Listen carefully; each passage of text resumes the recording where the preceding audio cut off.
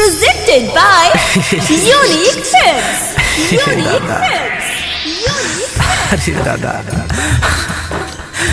थोड़ा बिना हम क्या करे मेरे पगले।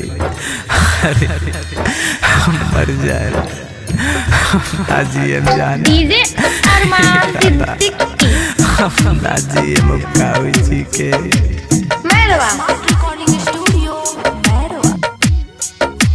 हाँ जिए नहीं खींचाहत हम तो जिए नहीं खींचाहत हो जिए नहीं खींचाहत हम तो जिए नहीं खींचाहत हो मुआला के बाद हमारा मिल जाई राहत हो मुआला के बाद हमारा मिल जाई राहत हो मुआला के बाद हमारा हे दादा अब कोनो चारा नहीं के अब तो हमरा रात मरला के बाद मिली रे बेवफा। हाँ हाँ दिलवा से हमारा तू खेल गइलू खेल हो जान तोहर लेके छोड़े भल जान जेल हो बेवफा।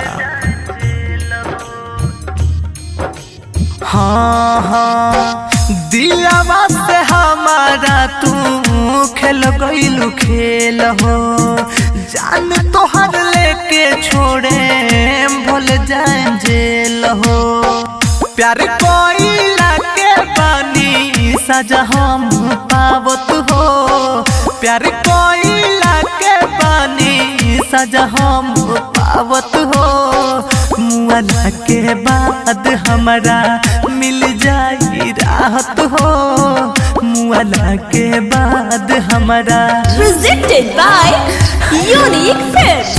Unique मिली Films. मुआला के बाद जाना जब तू ना तका हो जिन हाँ हाँ तू रदी हलू दिलवा हमार कोइलू चकना चूर हो शादी को के दोसरा संगे जलू हमसे दूर हो